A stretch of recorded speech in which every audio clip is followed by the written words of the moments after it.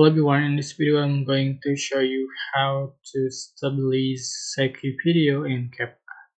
So I'm using CapCut for PC and add to track your video you want to edit.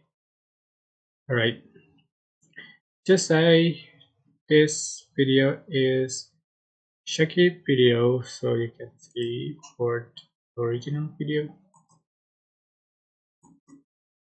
Alright, so it's very shaky.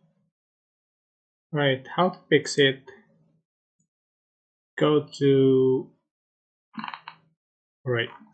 video basic and scroll down. You can find the stabilize option just to down and select the level. So I'm going to select the most stable.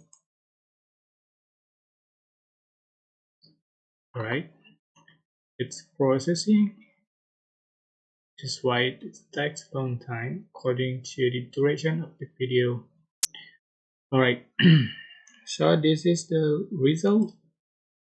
So you can see it's better than before. Yeah, but it's not a break. Yeah. Alright, I hope this tutorial was helpful for you guys. Don't forget to like, comment, share, and also subscribe. If you have any questions, please leave it in the comment section below. Thank you so much for watching.